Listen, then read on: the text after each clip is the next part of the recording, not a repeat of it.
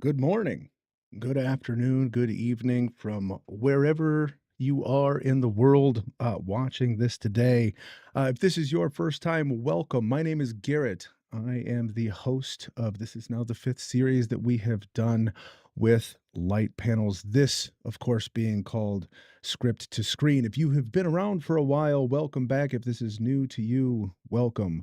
The whole point of these series that we do is to help break down some of the myths and the mysteries around filmmaking, specifically around how to elevate your filmmaking and your projects to the next level. And we're doing something different this year than we have ever done in the past. And in this series, Script to Screen, we are going through the entire process of filmmaking from idea all the way to festival contention and everything that goes on in between, in the hopes that there are things that we have done in the way that we have created our short film that can help you make yours. I'm starting to see the chat pop off here. Hi, James from Scotland. I'd love to see where everybody's from over there. As always, for this and every live stream, if you have questions throughout this, I will have the chat up here. Eric from Munich, love to see you. That is an OG right there. If you have questions throughout, I will have the chat up. I would love to hear if you have questions as we kind of go through this. I'll also try my best to make sure that we have time for Q&A at the end. Today's live stream, before we really get into the substance of it, a little bit of housekeeping.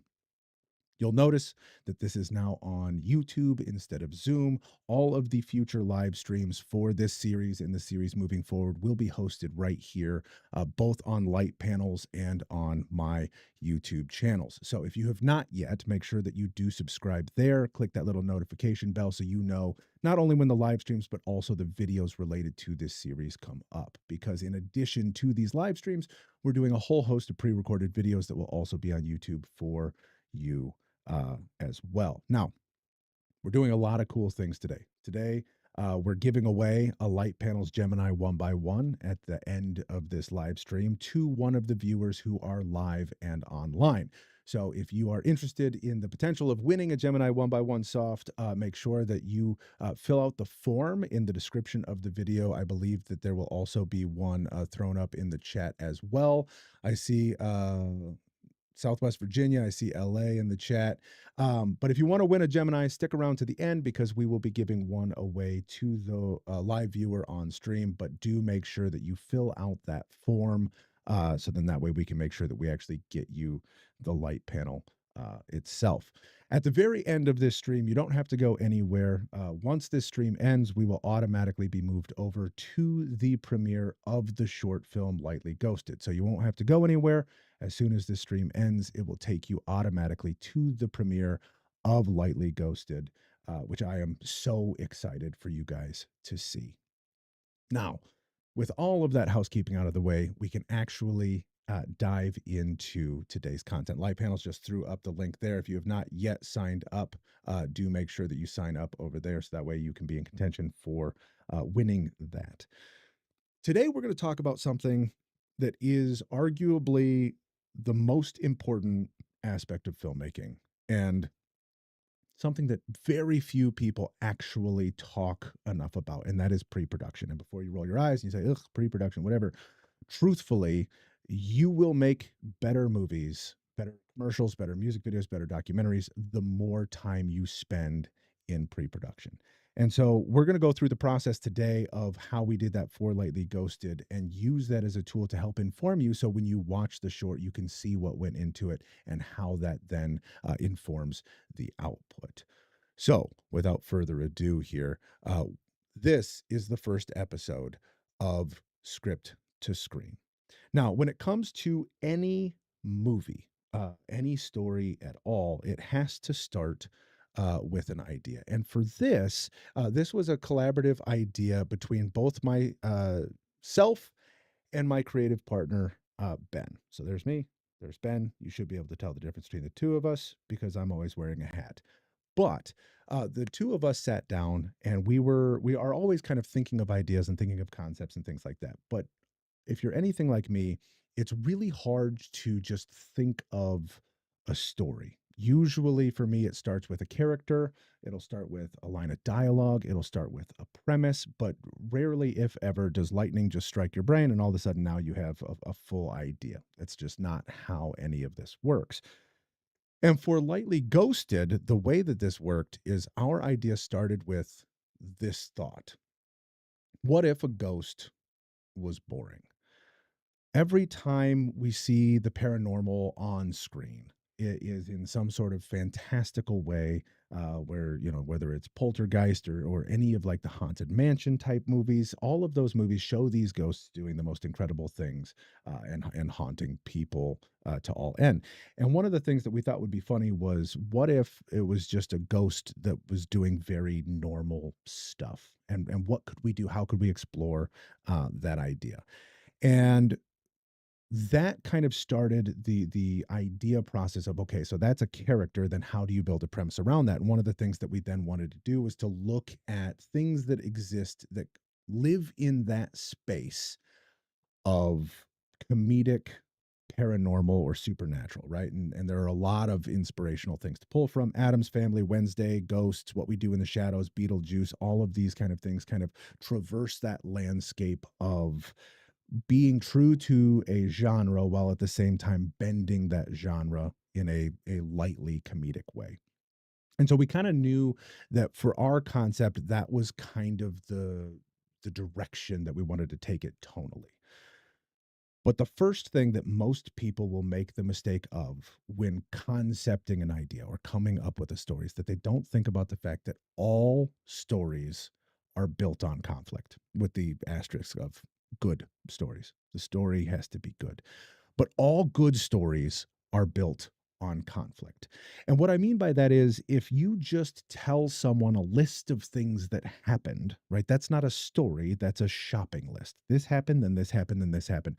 The difference between somebody at a party telling a story that captivates an audience and somebody who tells a story that always ends with the, well, you just had to be there, is one is built on conflict and one is not. So when you think of your favorite shows, when you think of your favorite movies, when you think of your favorite books, when you think of your favorite stories or your own personal life experiences that you share with other people, they're built on conflict. So when you have a character or an idea, and then you have a premise or a setting, and then you need to construct conflict and write your way out of that conflict. If we don't have a central theme, we don't have a central point that we can then build off of, the audience is never going to care. And conflict you can do in a range of ways, right? To where you can have a story arc conflict, which would be the entirety of the film, your three acts, the beginning, middle, and end, a rise, peak, fall. All of those things that would be built around conflict. But you can layer that conflict too. So you can have conflict between characters. You can have the inner struggle of conflict within a singular character that leads to character growth, right? We can build all of that conflict. And truthfully, regardless of the genre or the medium or the tone of your project, the better you encapsulate and demonstrate that conflict, the more impactful that story is going to be. And again, it doesn't have to be something serious. The movie that we made is this light-hearted spectral comedy, right? It's not exactly something that's trying to drive a really important message home. But if you don't have conflict, your movie is going to be boring. The other thing, when you're coming up with ideas that oftentimes get so overlooked, is that constraints produce creativity. When we come up with ideas, and I'm just as guilty as this as anyone else, is we think of like these big fantastic ideas. Here is a movie where there are 40 people that take place in 16 locations, and it's going to be at the top of a mountain, and we're going to do this whole scene with a helicopter, and that's cool. It'd be awesome if you can pull that off. But truthfully, especially at the indie level, we don't have the access and the resources that are required for that. And even if we did, it wouldn't necessarily create the best possible story. So when we are thinking about the stories, if we can strip a story back to its bare essence, like how small can we make the world? And then how big can we go within that world? Those constraints are oftentimes going to lead to better stories, to better films, to a better final product. Uh, Isaac, hello from Nigeria. Casey asks, did you make any changes to your pre-production after finding your location, lens choices, shot composition, etc.? Yes, and that is a future slide that we're going to get to here in just a minute. But up to within 3 to 4 days of shooting, we were still making changes and things, and so we are absolutely going to dive into that. But I challenge you to, when you are concepting an idea, when you're just in the early stages of thinking through something, try to think of how small you can make it, because the smaller you make it, the more you can focus on the quality, right? And when we talk about quality, it's the quality of the camera movement, the quality of the lighting, the quality of the casting, and making sure that you're spending the time with your talent to get the best performance out of them. The locations, all of those elements take a lot of effort and a lot of work to do.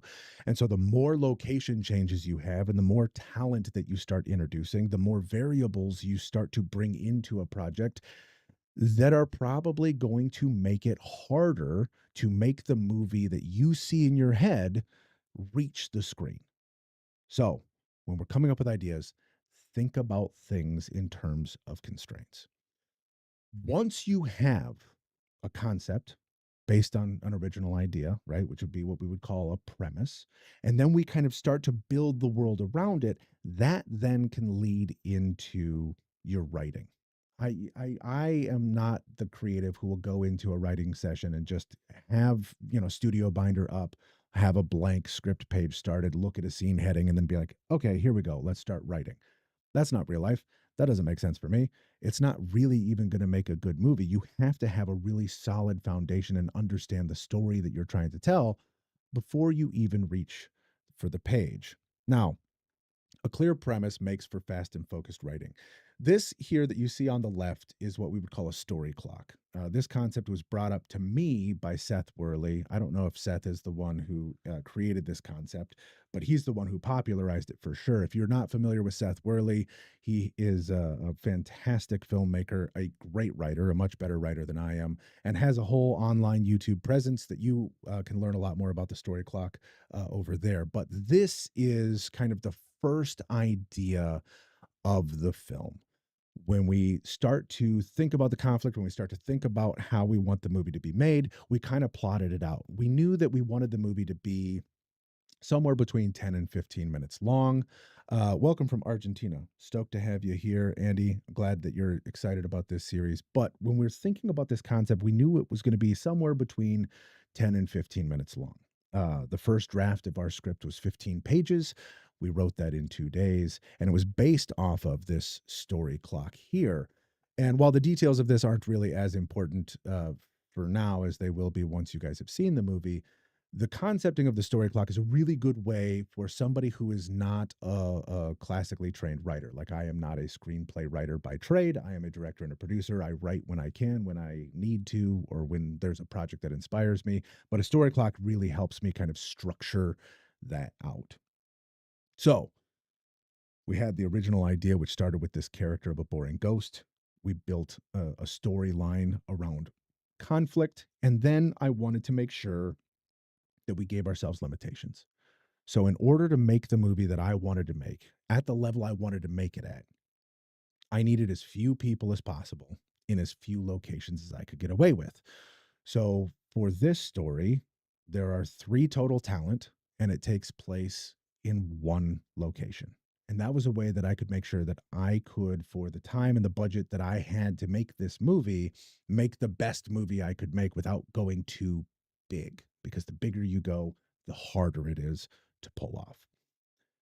This is now where we get into, we've kind of breathed life into this story. I have 2 paranormal investigators in a haunted house that are looking for proof of the afterlife.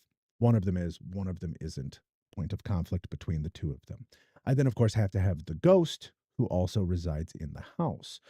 But because we're kind of playing with this idea of a boring ghost and not something that lives in the world of poltergeist, we kind of turned it on its head and turned it into a who's haunting who story, or a who done it, right? So where normally you would have people being haunted by the paranormal, in this case, we have the paranormal being haunted by the people. And that was the way that we were finding our conflict, but staying true to kind of the tonal genre that we wanted to live in. With my three talent, that I knew who I needed, the characters that were written on the page, I then needed to cast those. Fortunately, my creative partner happens to be a fantastic actor and a dear friend of mine, and so I we already knew and wrote one of the characters for Ben because Ben was part of the writing team, part of the creative process, and coming up with who these people were. But I needed to cast the other two, and here's who we ended up casting here. So we have Shazman, we have Ben, and we have Garrett as our three talent for this.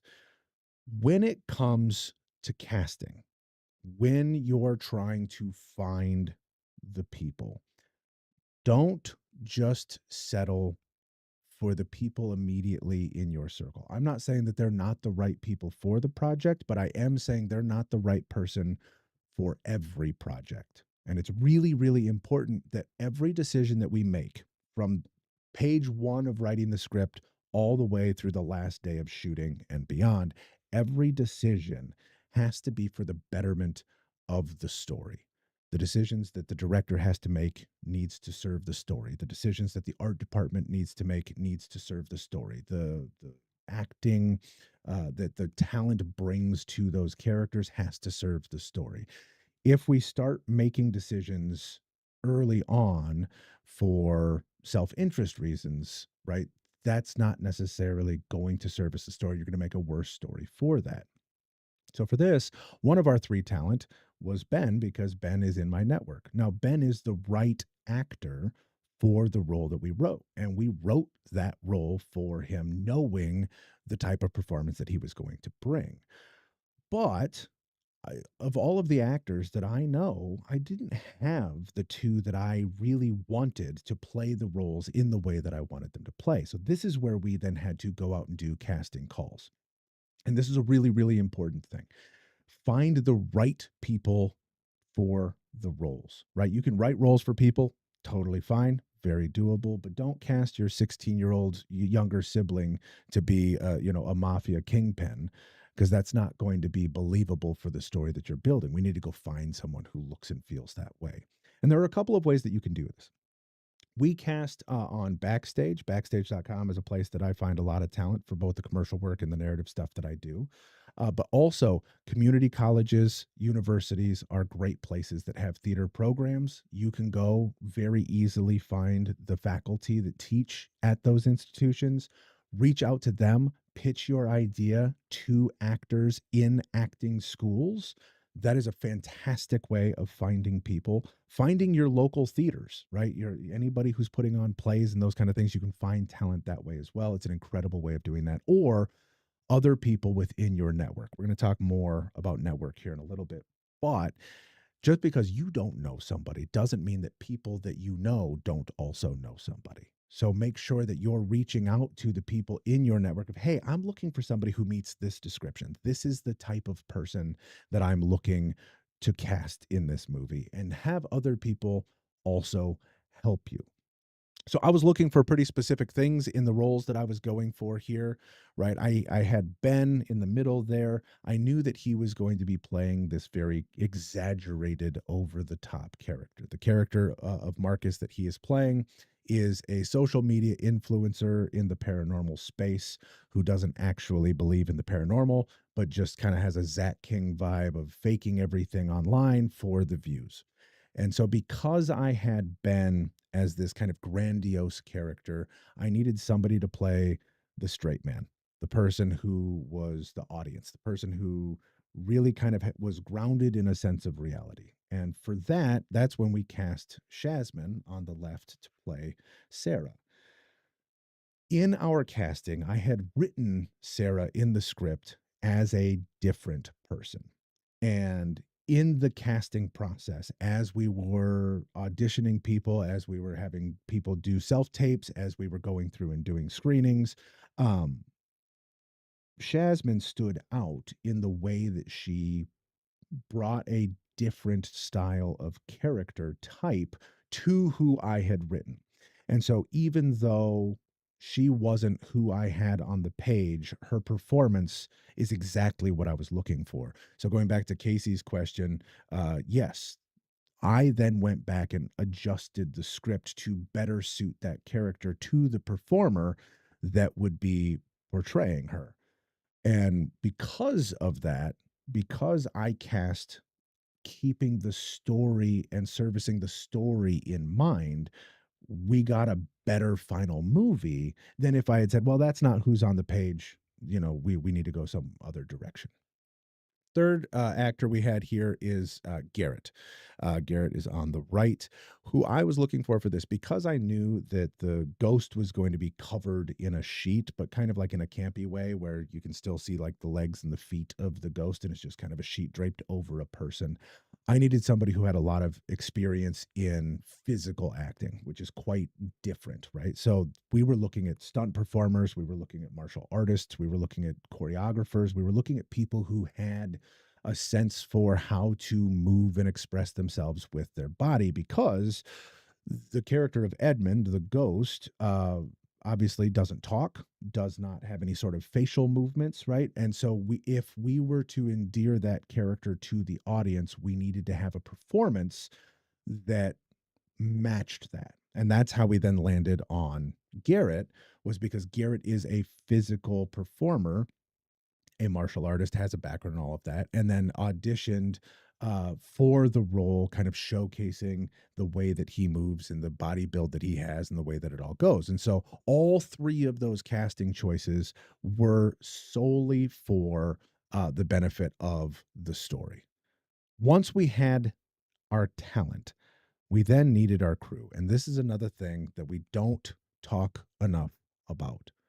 Making movies is really hard. Doing it alone is absolutely impossible. And what I mean by that is that there are people who are specialized in things that they do. There are people who all they do is lighting. There are people who all they do is camera work. There are people who all they do is art direction. And while you and I can get really good and be scrappy in kind of doing everything ourselves, to reach that next level, leaning on the experts, the people who know exactly what to do and how to do it for their given role, makes things a lot better. And again, in the purpose of servicing the story, that is important to find. You don't have to go to film school. That's not something that's required, of course, to be a good filmmaker. But one of the advantages that you will have in film school is building that network, is meeting those people, is growing as filmmakers together with a body of folks. You don't have to go to film school to get that. You can find that experience on set. But in film school, of course, you're all starting kind of at the same level and growing together, which is a really helpful thing to do. A lot of the people that I worked with on Lightly Ghosted, it was the first time that I had worked with those folks. And the other people that I worked with were tried and true creative partners and people that I admire and respect and have worked with for years. And it was kind of an interesting culmination of the two of them. And one of the people who I'd never worked with before, but was crucial to make this world and this movie feel the way that I wanted to, was our DP, Brendan Keller. Brendan Keller will be on future live streams talking about the cinematography, so make sure that you stay tuned for that. But I gave Brandon the pitch deck, which we made a YouTube video about. You can go check that out on the playlist. I gave him the pitch deck. I gave him the script. I told him the movie that I wanted to make, and then I wanted him to kind of go nuts with it. And so if you watched any of the mood board videos that we put up, you'll recognize some of these things. But he then went through and kind of created mood boards of what he wanted these worlds to feel like. Because even though we were living in one location, we wanted to make sure that we had three kind of very distinct looks.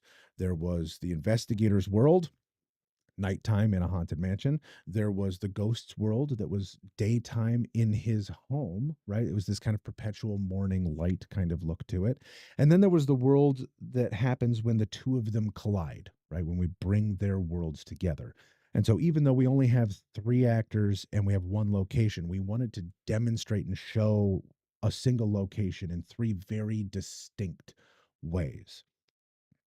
Which brings us to the location itself. Leaning on my network, I knew that I needed a haunted house, right? I needed a big mansion that had the look and had the feel and kind of could sell the idea of the story that we were trying to tell. I don't have one of those, right? So I did the same thing that we were just talking about in the same way as I reached out to new people to see if they wanted to get involved in this project. I then reached out to my network on Instagram. If you follow me, you might have seen it in my stories where I said, "Hey, look, I'm looking for a big mansion, like an old big mansion. It's the thing I'm looking for."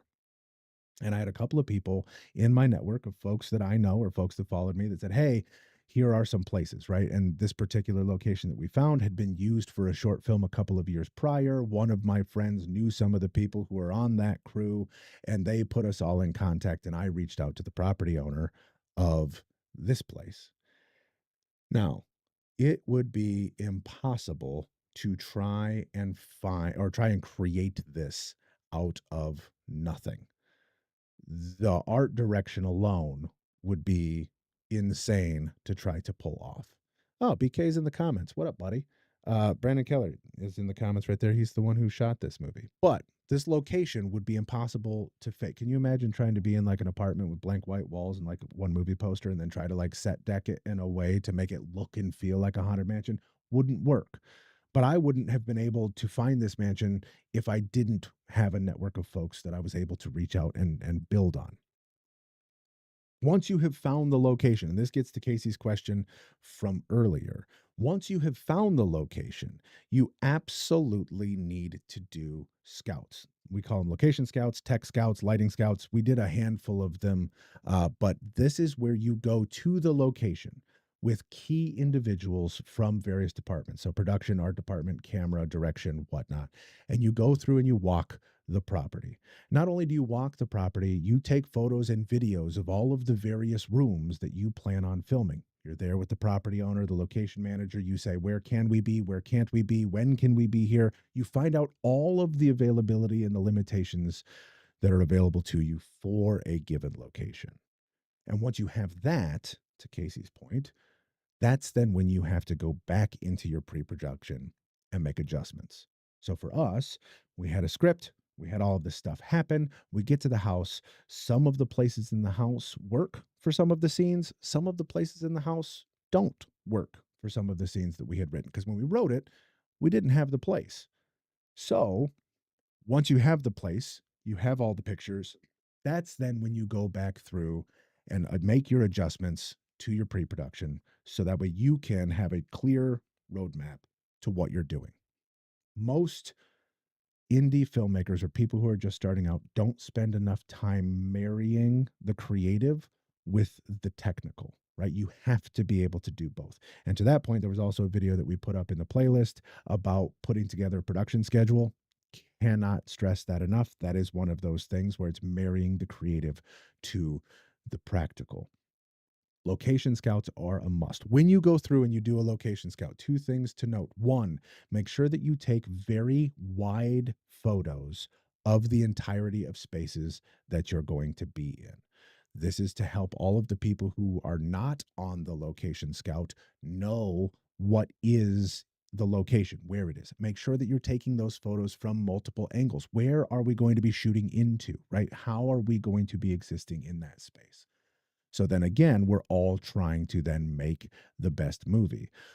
For me, having the location scout imagery when I was going back through and making the adjustments and the edits with Ben and Brandon on kind of the story and the script and things, knowing where we would be, where those rooms are in sequence to one another, how does the logical flow of movement happen? All of those things couldn't happen if we then showed up to the house on the day and we're like, great, how are we going to do this? Right? Which is this: adapt, adopt, adjust. Some of you have probably heard the term kill your darlings. It's essentially the same thing. Whatever happens in pre production is easier to adjust and change than it is in production, which is easier to adjust and change than it is in post production. The more we front load in pre pro, the better and more smoothly our productions are going to go, and the better the edit and final movie is going to be. But you have to be able to adapt, adopt, and adjust. If we get too caught up on being too precious with every little thing in all of our stories are going to suffer. We're not going to do as good of a job as we could. So I have a location. I now have my talent and I have my story. When it comes to talent, when it comes to actually working with and casting people, you have to do a chemistry test, at least one. And chemistry testing is where you bring the actors who are going to be working together in a scene together in real space and run through some of the scenes together to see how they act off each other. If you've followed my channel for any length of time, one of the videos you've probably seen is how to shoot dialogue, right? And shooting dialogue and what that means. Chemistry testing is an important part because when filming a dialogue scene, we should be filming the entire scene. You don't want to just film their chunks of lines, right? And then you get no reaction shots and have a bad time. You want to make sure you shoot it in a way that the actor is acting off of something. And the thing that oftentimes they're acting off of is their other partner in that scene. Just because somebody is a good actor doesn't mean that they are a good actor in context with another one. So, because the only characters who were really acting off of each other in this short were Shazman and Ben. We ran chemistry tests between the two of them and made sure that both of them worked well together so that way their characters would play well on screen. Once you have your chemistry test done and we're ready to go, that's then what leads into the table read. Table read is where the director, some of the key players, and the talent all sit in a room and read out the entire script together. This does a couple of things for us, right? One, it makes sure that everybody is equally familiar with the story that we're trying to tell. But two, it also helps us prevent trying to do what we call find it on the day. The last thing that you want to do is to show up on day one of shooting and be like, okay, how do I want the actors to behave? Where do I want them to be? What does this look like? Right? Those things should already be plotted out because actually doing the work, it takes plenty of time on its own.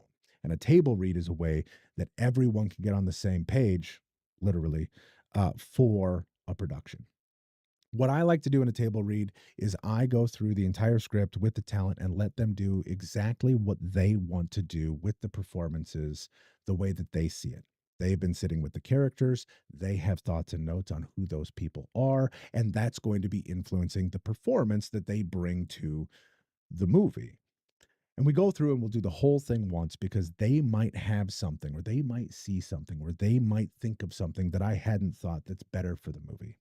And once we go through it all the way through once, I then will give notes. Okay, for this scene, this is really the motivation. Okay, for this scene, this is how I want you to interact with them. For this scene, this is how you should be feeling in that moment, right? And I give all of those directorial notes at the end of the table read. I don't do that as we're going through because I want there to be kind of a natural flow to the movie for a sense of kind of pacing and rhythm.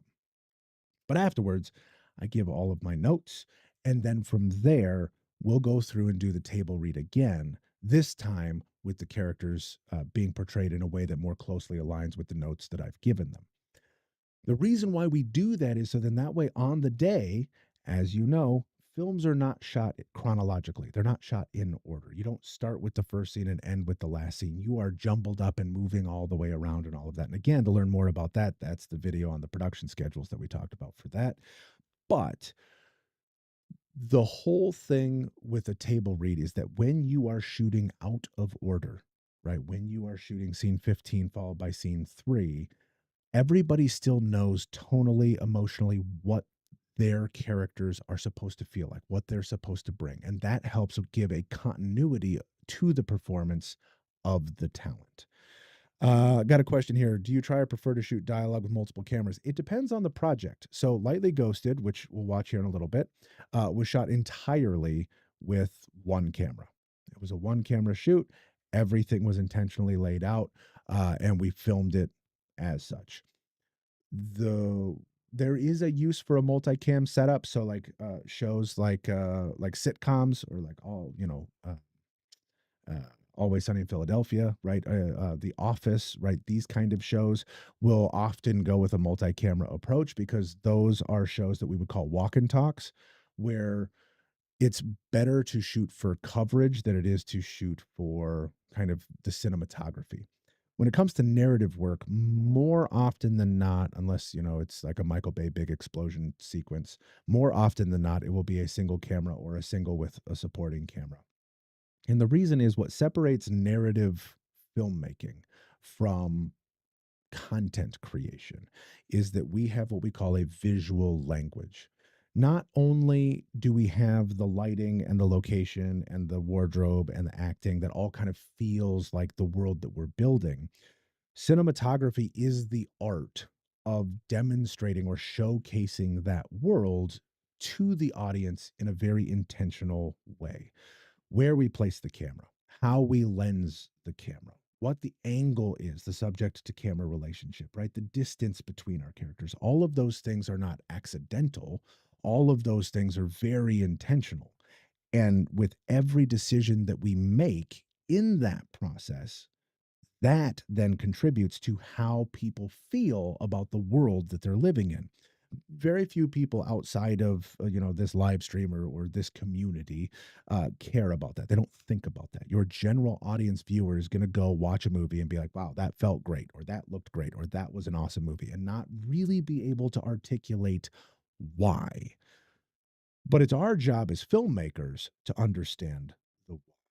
So for narrative work like this, most of the time, at least in my experience, it is a single camera shoot, because every composition is so thought out that I don't then want to also have to think about a competing camera, or if I put this here, then that camera can't be there, or then I have to change this shot and limit this shot so there's space for this other thing. It's really, really hard to replicate the specificity of cinematography twice, three times, four times with every time we add a camera.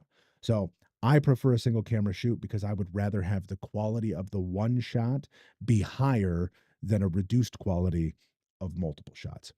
There are different filmmakers that like different things, right? There are some filmmakers who prefer multicam shoots.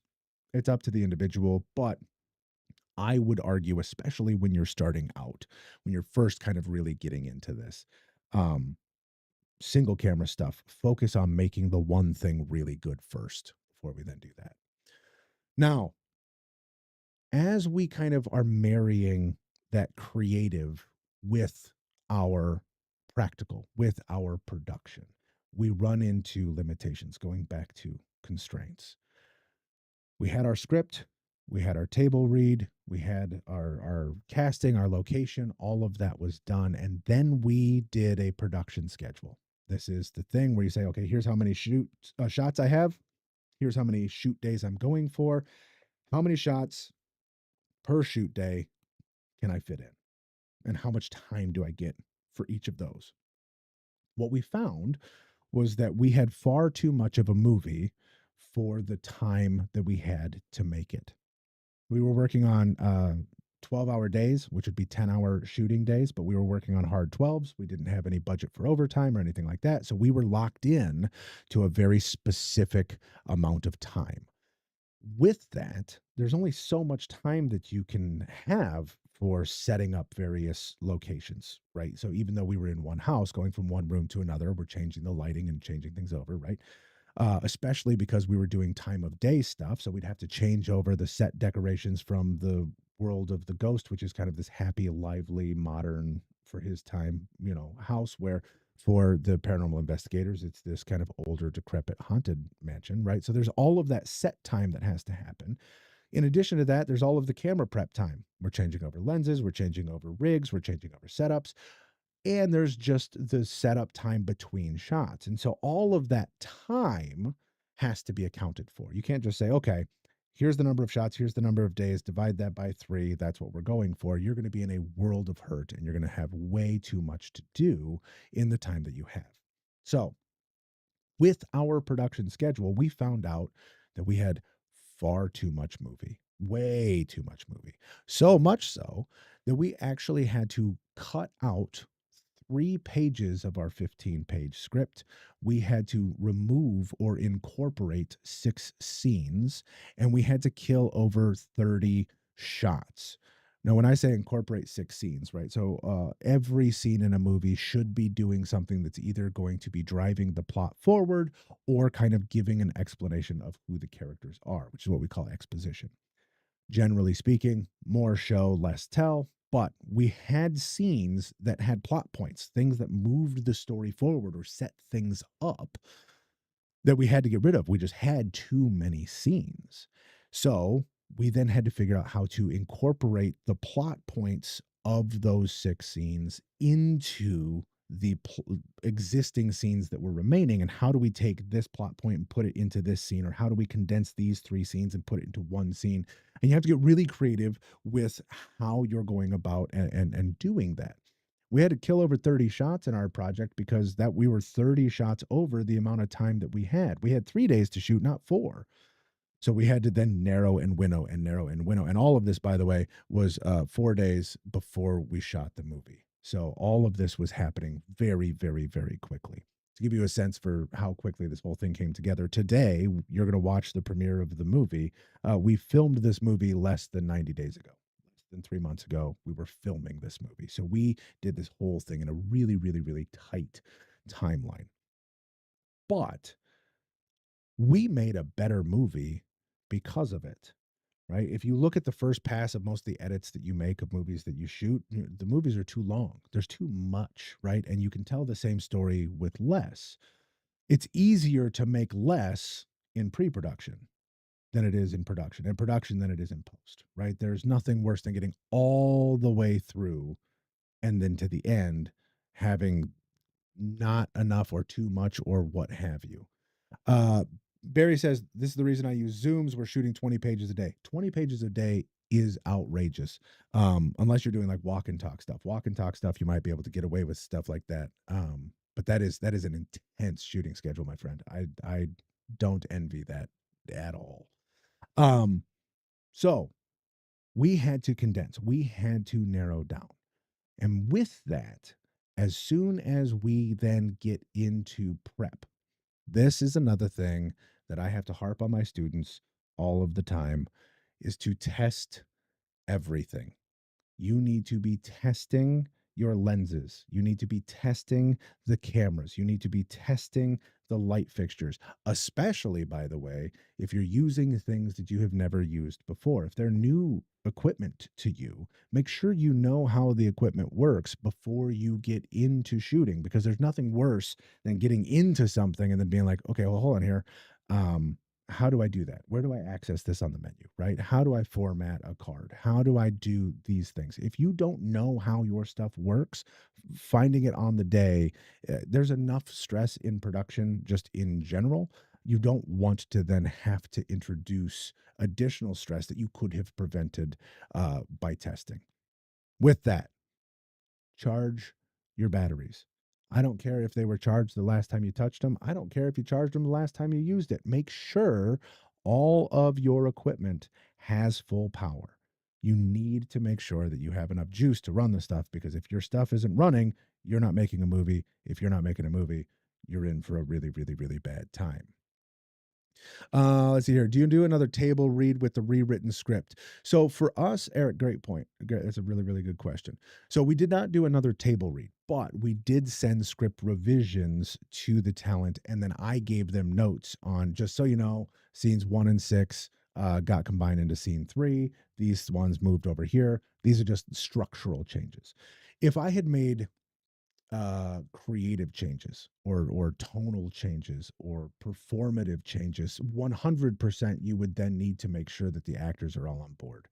But because the only changes that we really made to the script were structural changes, right? So the opening scene, as it stood in the script that we wrote, was in a car. It was a car sequence. So we're talking poor man's process or a process trailer. We're talking, 2 people inside a car, the lighting, all of that. And then the performance is one person's driving, one person's in the passenger seat. We didn't have enough time to do an additional setup like that. So what we did is we took the contents of that scene and put it in the foyer of the mansion. So the performance notes are still the same. What the characters are bringing are still the same. I've just changed where they are because we can imply travel. Nobody's going to ask questions. The car isn't the part that was important to the scene. The thing that was important was setting up character motivations. So if I just move that and transpose them into this, I then don't have to worry about changing the performance of my talent or needing them to change their performance. Some simple blocking changes and we're off to the races. But test everything, charge everything. The other thing that I would strongly encourage you to do is to make sure that your equipment is on its most current firmware, right? So cameras, monitors, wireless tech, whatever it is, make sure that it is on its most current firmware. And once you have everything up to date, do not then change the firmware until after the project is finished. Don't, like, if an update comes out for your camera and you're halfway through shooting the thing, don't change it before you're done shooting it. Make sure that it's all just set up and that it all works. But we wanted to make sure that we tested the wireless system before we got it going. We wanted to make sure that we tested the camera before we had that going. So Red provided the camera for us to shoot this short with, and we made sure that BK had the camera days before that we were filming with it, right? That he had the lenses days before we were filming with them. So then that way, on the day when we were filming, the cinematographer isn't sitting there going like, okay, cool, this is a great camera, how does this work, right? Or I've never used these lenses before, how do those play, right? We didn't want to run into any of that. So you want to make sure that you test everything. Okay. With all of that, going from the idea, right, just the core concept of what happens if a ghost is boring, and turning that into a full script, turning that whole script into a visual language, turning that visual language into a shot list and a production schedule, right? As we kind of shift and move our way through pre-production, we need to make sure that we have kind of that singular vision. And that's where mood boards are really, really important, right? I've done a whole video on mood boards before. There's a video in the playlist talking about how we create kind of a visual language. And once we have that done, we can then ensure that what we set out to get feels the way that we want it to feel. So here's a couple of screen grabs real quick here of the various looks that we were building. So we wanted to go for this kind of two-stop underexposed gloom for our paranormal investigators, right? So here and here.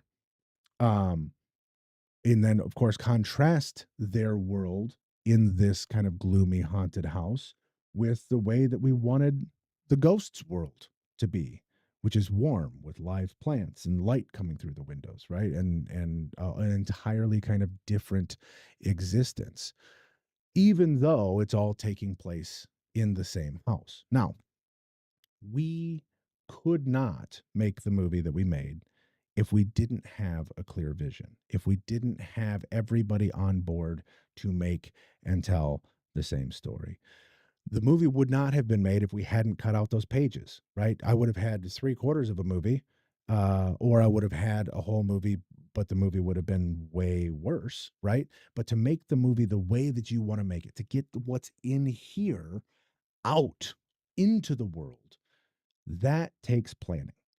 The more time you spend in pre-production, the better your movie will be. Average length in America for a feature film, this is a huge average because there's crazy movies, but on average, it takes 2 years for a movie to get made. Of those 2 years, it takes a year on average in pre-production. So you think about the amount of time that it takes to make a movie, and a half of that time is in pre-production. Your average time for shooting a movie is about 8 weeks, right? So, but the only reason why you can shoot a feature film in that timetable is because you've spent a full year getting everything dialed in. So then that way, those 2 months are as fastidiously used as they could possibly be, right?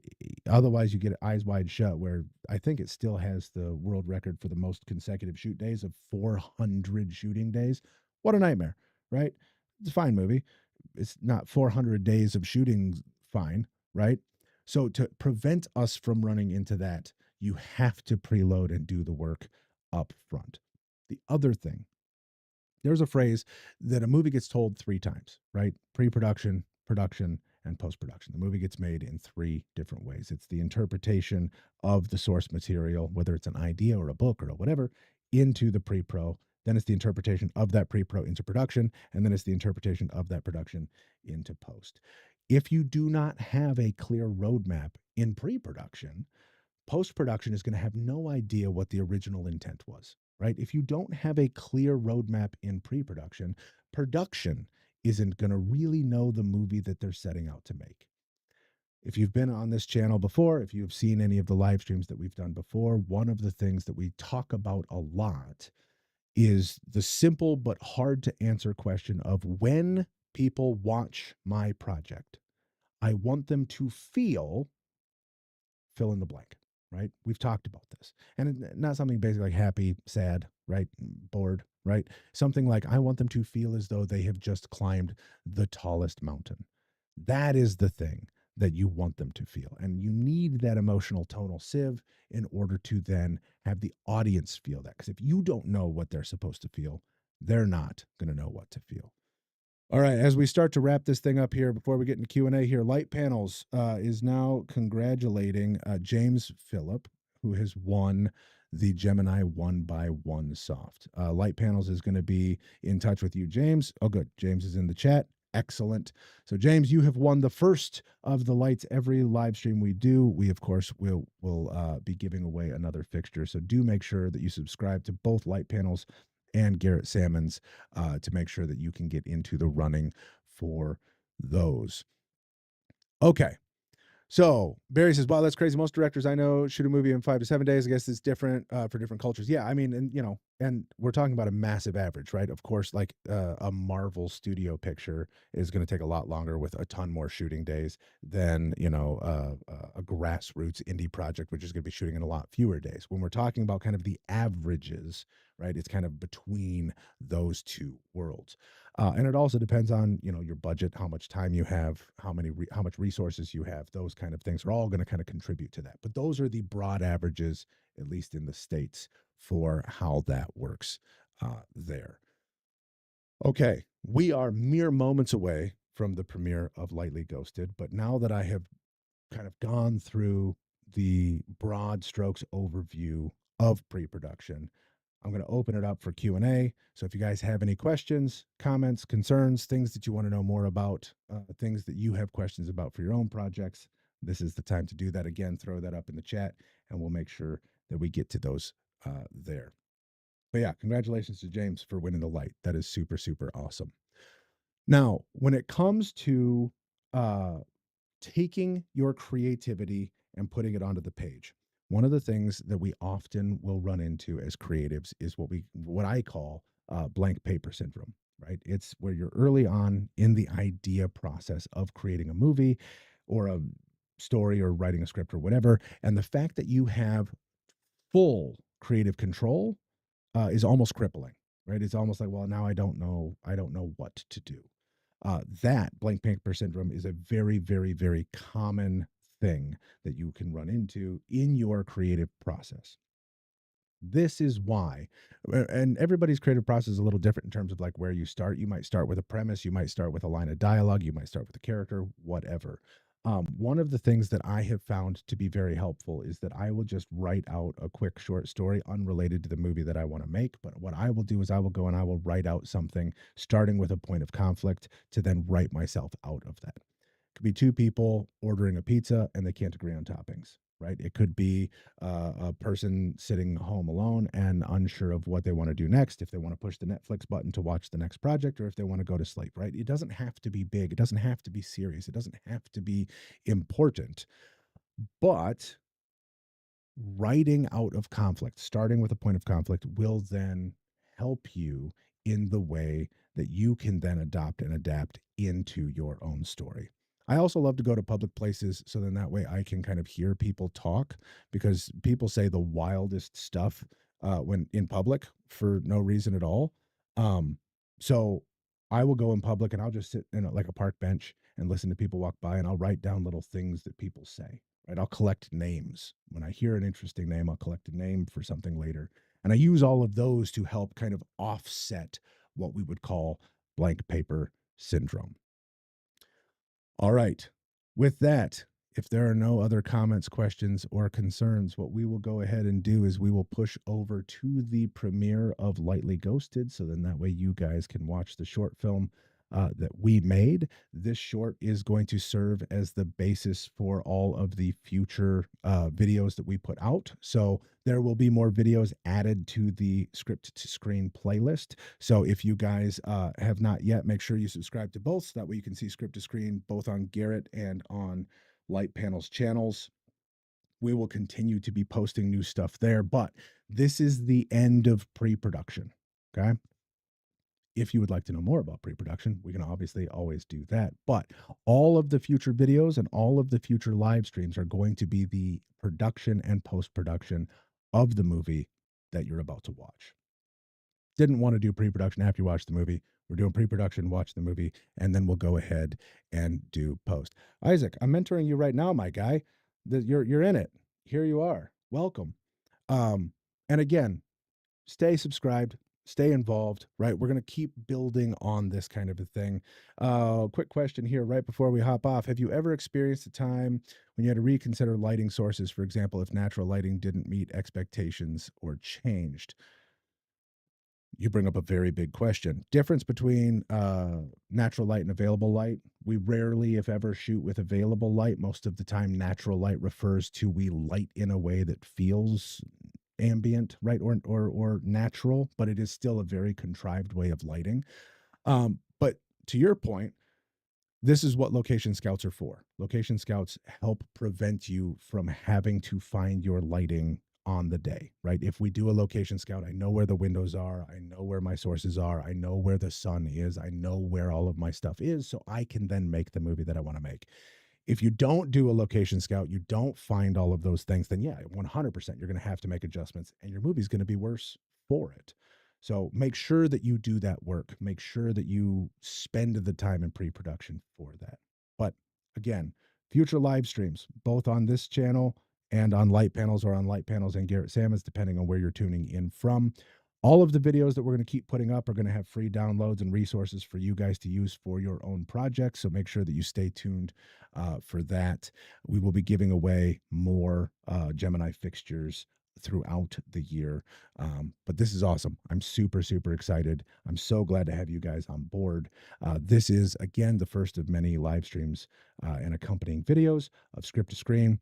Thanks for Light Panels, as always, for putting this on. If you guys do have questions between now and the next live stream, shoot me a DM on Instagram. Instagram's where I'm most active. You can find me, again, just on my name like that.